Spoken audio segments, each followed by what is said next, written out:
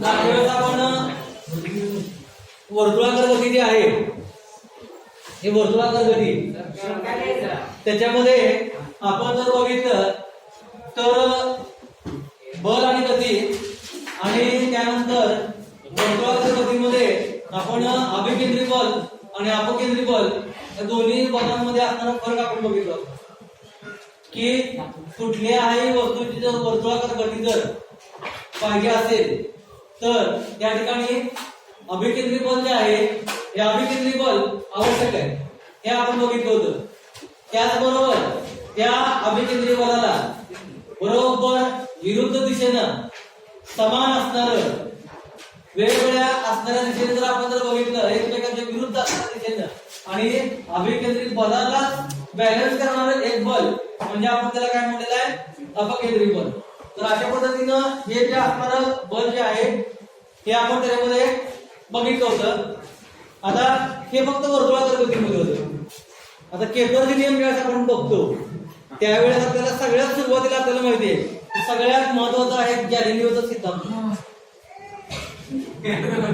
गॅलिलिओच्या सिद्धांतामध्ये आपण जर बघितलं तर सुरुवातीला ज्यावेळेस गॅलिलिओनी पहिला कन्सेप्ट मांडला किंवा पहिली दुर्बीण त्यांनी बनवली त्यावेळेस वेगवेगळ्या ग्रह ताऱ्यांचं त्यांनी निरीक्षण केलं किंवा इतर ग्रह आहेत या इतर ग्रहांचं निरीक्षण केलं. फक्त हे जे निरीक्षण जे आहे ते साध्या डोळ्याने त्याच्या आधी जर आपण बघत होतो साध्या डोळ्याने ते निरीक्षण करत होते. पण गॅलिलिओनी काय केलं पहिली दुर्बीण बनवली आणि त्याच्यानुसार पृथ्वीचा असणारा आकार हा त्यांनी सांगितलं की पृथ्वी गोल आहे. त्याचबरोबर ती सूर्याभोवती वर्तुळाकार कक्षेमध्ये फिरते हे सुरुवातीला गॅलिलिओने सांगितलेलं.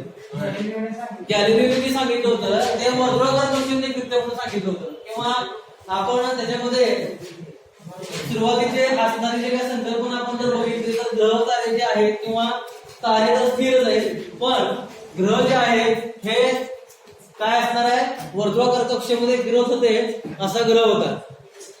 हे लक्षात घ्या. हे का तर आपण फक्त नुसत्या डोळ्याने बघत होतो आणि काही कालावधी गेल्यानंतर तीच असणारी घटना पुन्हा पुन्हा होत असते हे लक्षात घ्या. म्हणजे याच्यावर त्यांनी तो निष्कर्ष काढलेला होता की सर्व प्रकारचे ग्रह ताऱ्याभोवती त्यांच्या ताऱ्याभोवती वर्तुळाकार कक्षेमध्ये फिरतात. पण यामध्ये जर आपण जर बघितलं की आपल्याला माहिती आहे की आपण पृथ्वीचं असणारं निरीक्षण केलं की आपल्याला पृथ्वीला 1 वर्ष आपण म्हणतोय बरोबर आहे. 1 वर्ष म्हणजे 365 दिवस म्हणतोय पण ऍक्च्युली एक्झॅक्टली 365 नाही 365.25 आहे हे लक्षात घ्या. 365.25 असा असणारा कालावधी हा त्याच्यामध्ये आहे म्हणून आपल्याला 3 वर्षात एकदा अधिक महिने येतो हे पण आपण बघितलं. हे 0.25 ज्यावेळेस ऍड होतं त्यावेळेस 1 महिना करतो किंवा 30 दिवस करतात हे लक्षात घ्या. म्हणजे एकदम परफेक्ट 365 म्हणजे 365 नाही हे लक्षात घ्या. कारण का त्याच्यामध्ये काही तास पण त्याच्यामध्ये आहेत आणि हे तास जर आपण 3 वर्षामध्ये जर कॅल्क्युलेशन केलं तर 1 महिन्याचं वाढीव कॅल्क्युलेशन आपल्याला बघायला मिळतं हे लक्षात घ्या. म्हणजे यामध्ये आपण जर बघितलं तर अशा प्रकारे असणार कक्षेचं असणारं रूपांतर बघितलं. त्याचबरोबर ज्या पृथ्वी ही सूर्याभोवती फिरते त्यावेळेस पृथ्वीच्या आकाराबाबतीत पण सांगितलं होतं की पृथ्वीचा आकार हा काय असणार आहे थोडासा ज्युआयडल आहे. ज्युआयडल म्हणजे विषुवृत्ताला फुगीर आहे आणि काय असणार आहे ध्रुवाला थोडासा काय असणार आहे दबला गेला हे लक्षात घ्या. म्हणजे आपण त्याला ज्युआयडल आकार म्हणतो लक्षात घ्या. ज्युआइड शेप भूगोलीय भाषेमध्ये त्याला आपण ज्युआइड शेप म्हणतो. मग अशा प्रकारचं असणारं निरीक्षण त्यामध्ये केलं गेलं. मग यामध्ये गॅलिलिओच्या आधी हे निरीक्षण जे आहे ते फक्त डोळ्याने केले जायचे पण ज्यावेळेस 16वं शतक चालू झालं त्यावेळेस गॅलिलिओनी वेगवेगळे असणारे सिद्धांत त्यांनी मांडले. त्यावेळेस 16व्या शतकांपर्यंत ग्रहाची असणारी स्थिती आणि गती याविषयी असणारी माहिती जी आहे ही माहिती त्या ठिकाणी उपलब्ध झाली. सुरुवातीला तर ज्यावेळेस गॅलिलिओने पहिला सिद्धांत ज्यावेळेस मांडला त्यावेळेस तिथले असणारे जे काही लोक आहेत स्थानिक प्रजा आहे किंवा तिथले धर्मगुरू आहेत त्यांनी अक्षरशः त्याचं म्हणणं जे आहे ते अजिबात मानलं नाही. त्याला अक्षरशः वेळ ठरवलं शिक्षा दिल्या बरंच काय काय त्याला त्रास सहन करावा लागला. त्या गोष्टी तुम्हाला इतिहासामध्ये असतील माहिती असतील कदाचित. गॅलिलिओला जे आहे किंवा कुठलाही शास्त्रज्ञ सुरुवातीला ज्यावेळेस आपलं म्हणणं मांडतो त्यावेळेस त्या ठिकाणी त्याला भरपूर काही सहन करावं लागलं, कारण का त्यावेळेस सुद्धा असणारं धर्मांध लोक जे होते अतिशय मोठ्या पगडा त्याच्यामध्ये होता आणि त्या वातावरणामध्ये त्यांनी ही संकल्पना मांडली होती. त्यांचं म्हणणं होतं की पृथ्वी जे आहे ते डिस्क सारखे म्हणजे रुपयाच्या ठोकल्याप्रमाणे चक्कीसारखे असं तिचं म्हणणं होतं. कोणाचं? त्या लोकांचं. ज्यावेळेस त्यांनी सांगितलं की पृथ्वी जे आहे ते चेंडूप्रमाणे गोल आहे त्यावेळेस त्यांचं त्या गॅलिलिओचं म्हणणं मांडलं गेलं नव्हतं. त्याला अक्षरशः शिक्षा देण्यापर्यंत राजद्रोह वगैरे वगैरे बरेच काय काही घटना त्याच्या आयुष्यात चालले. पण ज्यावेळेस गॅलिलिओ नंतर हा सिद्धांत मांडला गेला, मान्य केला, सर्व मान्य झाला, त्यानंतर तर बघितलं त्यावेळेस की त्यावेळेस प्रत्येक ग्रह त्याच्या ग्रहात कक्षेमध्ये ग्रह आहे अशी संकल्पना मांडली आणि त्याचाच शिष्य पुढं काय असणार योहान केपलर हा जो असणारा शास्त्रज्ञ आहे किंवा हा जो असणारा निरीक्षण आहे त्यांनी काय सांगितलेलं आहे की ग्रह जे आहेत हे लंब वर्तुळाकार कक्षेमध्ये फिरत आहेत. आता लंब वर्तुळाकार म्हणजे आपण त्याला इंग्रजीमध्ये इलिप्स म्हणतो. म्हणजे काय असणार आहे की हे जे आहे ते लंब वर्तुळ. साधं जर आपण वर्तुळ जर बघितलं तर त्याची त्रिज्या जी आहे ती समान असतात. हे लक्षात घ्या, हे साधं वर्तुळ आहे, हे लक्षात घ्या. पण ज्यावेळेस हेच वर्तुळ आपण थोडस लांबवलं, आता यामध्ये तुम्हाला सांगतो, आता तुम्ही म्हणता आता अंड्याचा विषय जर निघाला तर त्याच्यामध्ये एक बाजू ती निमुळते, खालची बाजू मोठी आहे, वरची बाजू निमुळते. पण लंबवर्तुळामध्ये सर्व बाजूंचं असणारं अंतर जर आपण जर बघितलं, हे अंतर बघा किंवा हे अंतर बघा, हे सारखं येणार आहे. हे लक्षात घ्या. अंड्यामध्ये जर राहत नाही, हे अंतर छोटं राहतं, त्याचा आकार जर बघितला थोडासा आपला अशा पद्धतीनं कमी झालेला दिसतोय, म्हणजे हे अंतर कमी राहतंय आणि हे अंतर मोठं राहतंय. आलं का लक्षात? नीट बघा व्यवस्थित. तर हे लंबवर्तुळ हे आपण त्याच्यामध्ये बघतोय.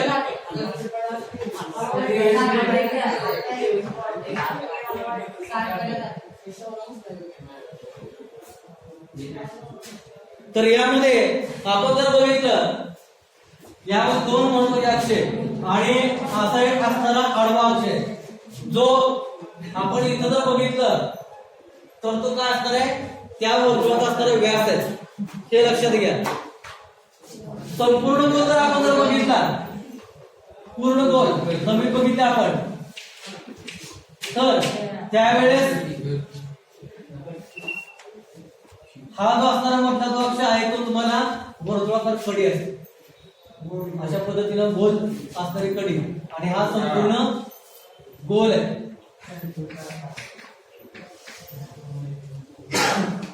पृथ्वीमध्ये जर आपण जर बघितलं, उदाहरणार्थ पृथ्वीचा जर आकार जर बघितला तर त्याच्यामध्ये इथं तुम्हाला बरोबर विषुववृत्त जे आहे हे विषुववृत्त तुम्हाला काय असणार आहे बघा, हे वर्तुळाकार कडीप्रमाणे असतं. हे लक्षात घ्या. आणि बरोबर त्याच्या मध्यभागी हे पृथ्वीचं केंद्र आहे असं आपण समजतो. आता आपण मुख्य मुद्द्याकडे येतोय की लंबवर्तुळ म्हणजे काय. तर लंबवर्तुळाला जर आपण जर बघितलं, समजा हा कोणाकृती असणारा आकार आहे, बरोबर आहे. तर यामध्ये शंकू, ज्यावेळेस शंकू आपण जर तिरका जर कट मारला, असा पूर्ण तिरका जर कट मारला तर तुम्हाला बरोबर असा असणारा आकार तुम्हाला लंबवर्तुळाचा मिळतो. हे लक्षात घ्या. आता यामध्ये दोन महत्वाचे अक्ष आहेत. मुख्य अक्ष जर बघितला आपण तर दोन महत्वाचे अक्ष आपल्याला बघायला मिळतात. हा जो आहे हा सगळ्यात मोठा असणारा अक्ष किंवा त्याला आपण सेमी मेजर ऍक्सिस आपण इंग्रजीमध्ये बोलतो, लक्षात घ्या. तर हा जो आहे तो मोठा किंवा काय असणार आहे, महत्वाचा असणारा अक्ष जर म्हटलं सेमी मेजर म्हणजे लघु अक्ष आणि त्याचबरोबर दीर्घ अक्ष असे दोन प्रकार आहेत. हे लक्षात घ्या. तर त्याला आपण काय म्हटलेलं आहे, दीर्घ अक्ष असं आपण त्याच्यामध्ये मराठी शब्द आपण वापरतोय. आणि इथं जर आपण जर बघितलं तर किंवा इथं जर बघितलं, हे अंतर तुम्ही सारखं आहे, लक्षात घ्या. हे जे आहे हा काय असणार आहे, लघु अक्ष. पण वर्तुळामध्ये आपण जर बघितलं, वर्तुळात तुम्ही कुठल्याही बाजूला तुम्ही जर हे अंतर जर मोजलं तर हे अंतर सारखं आहे. वर्तुळाची त्रिज्या आहे, त्रिज्या ही सगळीकडे सारखी असते. पण लंबवर्तुळामध्ये त्रिज्या नसून त्या ठिकाणी दोन महत्वाचे असणारे अक्ष आहेत, हे लक्षात घ्या. मग आपण काय केलं बघा, तीन महत्वाचे स्पॉट यामध्ये ठरवले, तीन असणारे तीन दिशा आपण ठरवल्या, हे लक्षात घ्या. म्हणजे आपण काय केलेलं बघा, या ठिकाणी त्या बिंदूला आपण नाव दिले. इथं जे आहे ते ए बिंदू आहे, त्याचबरोबर इथं जे आहे तो तुम्हाला काय असणार आहे, बी बिंदू आहे. आणि आता हे प्रत्येक असणारं अंतर जर आपण या ठिकाणी जोडले गेले, हे लक्षात घ्या.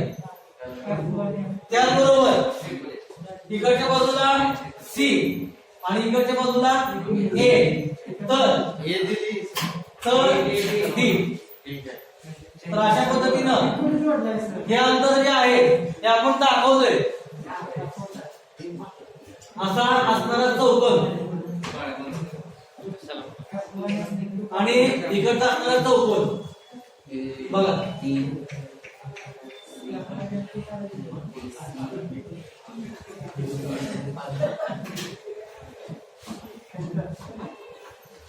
तर अशा पद्धतीनं आपण काय केलेलं बघा, हा जर अक्ष जर आपण जर बघितला तर दोन महत्वाचे असणारे अक्ष आपण त्यामध्ये या लंबवर्तुळाकार कक्षामध्ये आपण बघतोय, हे लक्षात घ्या. आता आपण जर बघितलं, हे अंतर जर बघितलं, समजा इथं असणारा बिंदू जे आहे त्याला आपण काय म्हणलेला आहे, F1, आणि इकडचा असणारा बिंदू त्याला आपण म्हणलेला आहे F2, हे लक्षात घ्या. तर यामध्ये हे अंतर जर बघितलं AF1, त्याचबरोबर काय असणार आहे, अधिक AF2 बरोबर काय असणार आहे, BF1 अधिक BF2 आणि तिसरं C.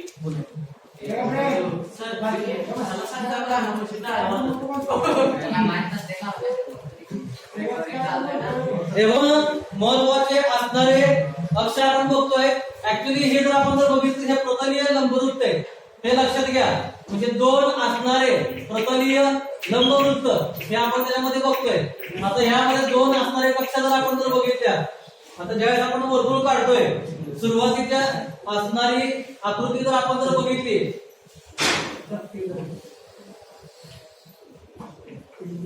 दोन महत्वाचे अक्ष, लघु अक्ष आणि दीर्घ अक्ष, हे लक्षात घ्या. हा जो आहे त्याला आपण काय म्हणलेला आहे, दीर्घ अक्ष, आणि हे जे आहे त्याला आपण काय म्हणलेलं आहे, लघु अक्ष, हे लक्षात घ्या. आता या ठिकाणी आपल्याला दोन बिंदू मिळाले, F1 आणि F2. तर F1 आणि F2 जे आहे हे त्याचे काय असणार आहेत, नाभी बिंदू आहेत, हे लक्षात घ्या. नाभी बिंदू, दोन नाभी बिंदू आपल्याला बघायला मिळतात.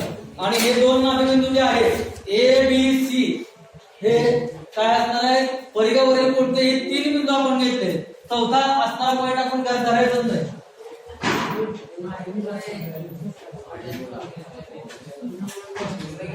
तर यामध्ये जर आपण जर बघितलं तर आपल्याला असं लक्षात येईल, AF1 अधिक AF2 बरोबर BF1 अधिक BF2 बरोबर काय असणार आहे, CF1 अधिक CF2. म्हणजे यामध्ये प्रत्येक अक्षाची किंवा प्रत्येक अंतराची जर बेरीज केली तर ती सारखी येणार आहे, कारण समान क्षेत्रफळ त्याच्यामध्ये आपल्याला मिळतं. ज्यावेळेस आपण केपलर लॉ प्रत्यक्षात अभ्यासाला सुरुवात करू त्यावेळेस आपल्याला बरोबर त्याच्यामध्ये असणारं क्षेत्रीय किंवा त्या असणारं काय असणार बघा, वेगाचं क्षेत्रफळ कशा पद्धतीने असतं, एरियल वेलोसिटी म्हणतो आपण त्याला. तर असं क्षेत्रफळ आपल्याला त्याच्यामध्ये बघायचं आहे, हे लक्षात घ्या. तर दोन नाभीबिंदू मधील वृत्तचितीच्या कोणत्याही बिंदूची अंतराची बेरीज जी आहे हे आपल्याला काय असणार आहे, एक समान असते, हे आपल्याला त्याच्यामध्ये बघायचं, कारण हे त्या लंबवर्तुळाचं वैशिष्ट्य आहे, हे लक्षात घ्या. ज्यावेळेस तुम्ही सायन्स साईडला गेला आणि पुढे ज्यावेळेस तुम्ही 11वी 12वी तुम्ही गणित जर घेतला तर गणितामध्ये हे लंबवर्तुळाचा असणारा कॉन्सेप्ट हा डिटेलमध्ये तुम्हाला बघायला मिळतो. इक्वेशन कसं काढायचं, समीकरण कसं काढायचं, वर्तुळाचं समीकरण पण आपल्याला काढता येतं. हे लक्षात घ्या. तर अशा पद्धतीनं या गोष्टी ज्या आहेत हे आपण त्याच्यामध्ये बघतोय. थोडक्यात तुम्हाला आता अपेक्षित काय आहे की लंबवर्तुळाकार कक्षा म्हणजे कसे असते आणि लंबवर्तुळ म्हणजे काय ही थोडीशी ओळख तुम्हाला तिथं देणं गरजेचं आहे. आता आपण काय करतो बघा, तर केपलरचा असणारा पहिला नियम आपण त्याच्यामध्ये बघतोय. म्हणून यामध्ये केपलरचा पहिला नियम 3 महत्वाचे नियम आहेत. त्यापैकी असणारा पहिला नियम अतिशय सोपा असणारा नियम आहे. तर यामध्ये ग्रहाची कक्षा जी आहे ती लंबवर्तुळाकार आहे हे लक्षात घ्या. म्हणजे यामध्ये सगळ्यात महत्त्वाचं आपण जर बघितलं तर काय सांगितलं त्यांनी, ग्रहाची असणारी कक्षा आपण वर्तुळाकार समजत होतो, पण ती काय असणार आहे, लंबवर्तुळाकार आहे हे लक्षात घ्या. लंब वर्तुळाकार असून आता त्याच्यामध्ये असणारा एक नाभी जी आहे, मुख्य नाभी आपण त्याला म्हणतो. तर यामध्ये काय असणार आहे, सूर्याचं स्थान जर आपण जर बघितलं, सूर्य हा काय असणार आहे, त्या कक्षेच्या, सूर्य जे आहे त्या कक्षेच्या एका नाभीवर असतो.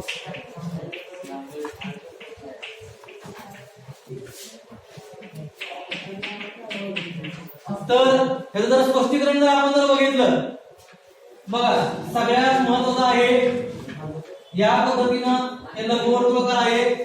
तर इथं जे आहे पृथ्वीसारखा एखादा ग्रह हा काय असणार आहे, त्याच्यामध्ये फिरतोय हे लक्षात घ्या. आणि सूर्य जे आहे तर या ठिकाणी सूर्याची असणारी नेमकी स्थिती आपल्याला बघायला मिळते, बरोबर असणारी. तर अशा पद्धतीनं आणि हे जे आहे त्याला आपण काय म्हणलेलं आहे, इथं जो असणारा स्पॉट आहे आपण त्या ठिकाणी एफ कॉमन असणारं अक्षर बघितलं. एफ म्हणजे काय असणार आहे, तर मुख्य नाभी हे लक्षात घ्या. त्याचबरोबर ही स्थिती जर आपण जर बघितली तर वर्तुळाकार कक्षेमध्ये फिरतोय हे लक्षात घ्या. आता त्याचा असणारी कक्षा जी आहे ती वर्तुळाकाराच्या ऐवजी इथं काय असणार आहे, लंबवर्तुळाकार आहे. तर अशा पद्धतीनं ही कक्षा आपण त्याच्यामध्ये दाखवतोय. आणि सूर्य किंवा एस जे आहे सूर्याची असणारी स्थिती आहे. तो प्रत्यक्षात जर बघितलं तर आपली असणारी आकाशगंगा जी आहे त्याच्यामध्ये आपण त्याला स्पायरल गॅलेक्सी म्हणतो, किंवा काय म्हणलेलं आहे, दीर्घिका किंवा दुग्धाकार असणारी ही जी आकाशगंगा आहे त्याच्यामध्ये सूर्य स्थिर आहे आणि सूर्याभोवती हे 9 ग्रह जे आहेत हे फिरत आहेत हे आपल्याला माहिती आहे, बरोबर आहे. त्यापैकी प्लुटो जो आहे हा काय असणार आहे, हा लघुग्रह आहे किंवा बोटुग्रह म्हणतो आपण त्याला, हे लक्षात घ्या. त्याला आपण धड ग्रह म्हणत नाही आणि दुसरं काही त्याला तारे म्हणत नाही किंवा इतर कुठला घटक नाहीये, फक्त एक लघुग्रह आहे असं आपण म्हणतो. कारण का प्लुटो जो आहे, प्लुटो हा कुठल्याच नियमात नाही. प्लुटोची कक्षा मधून तिकडे जाते, मधून सागर जाते, कशाही पद्धतीने त्याचं असणारी कक्षा आहे. त्याचबरोबर त्याचा आकार जर बघितला, घनता जर बघितली, सगळे असणारे गुणधर्म जर बघितले तर प्लुटोचे गुणधर्म हे वेगळे आहेत. कारण का वजनाने अतिशय हलका असणारा ग्रह आपण बघितला. त्याचबरोबर टेम्परेचर किंवा तिथलं असणारं तापमान जर आपण जर बघितलं तर तापमान हे साधारणतः अतिशय ऋणमध्ये म्हणजे साधारणतः -5000 पेक्षाही कमी असणारं तापमान तिथं बघायला मिळतं. आणि बर्फ तिथे असल्यामुळं तिथली घनता कमी, हे लक्षात घ्या. तर ही सगळी गोष्ट आपण त्याच्यामध्ये बघितली होती. युरेनस मात्र क्लिअर कट लंबवर्तुळाकार कक्षेमध्ये फिरताना तुम्हाला जाणवतो, हे लक्षात घ्या. तर अशा पद्धतीनं या गोष्टी आपण त्याच्यामध्ये बघतोय. त्याचबरोबर नेपच्यून, युरेनस हे जे आहे लंबवर्तुळ किंवा शनी हा क्लिअर कट लंबवर्तुळाकार कक्षेमध्ये फिरतोय. कारण शनीचं असणारं स्थान जर बघितलं स्वतःभोवती फिरत फिरत फिरत फिरतो, लंबवर्तुळाकार जातो, एकदा असं होतं एकदा असं होतं, या पद्धतीने फिरत फिरत जातोय आणि असं फिरतोय. त्याचा अक्ष जे आहे तो असा होतोय, असा फिरत फिरत जातो. परत काय होतं, तो मधूनच एकदम असा होतो आणि परत असा फिरत जातो. भवऱ्याची स्थिती बघितली, भवरा एकदा फिरतो, त्याच्या अक्षाभोवती त्याच्या कलाभोवती तो फिरतो, तसं फिरत फिरत सूर्याभोवती, हे लक्षात घ्या. असो, तर अशा पद्धतीनं या गोष्टी आपण बघितल्या. त्यानंतर दुसरा असणारा घटक जर आपण जर बघितला, अतिशय महत्वाचा असणारा नियम हे आपण त्याच्यामध्ये बघतोय, केपलरचा दुसरा नियम.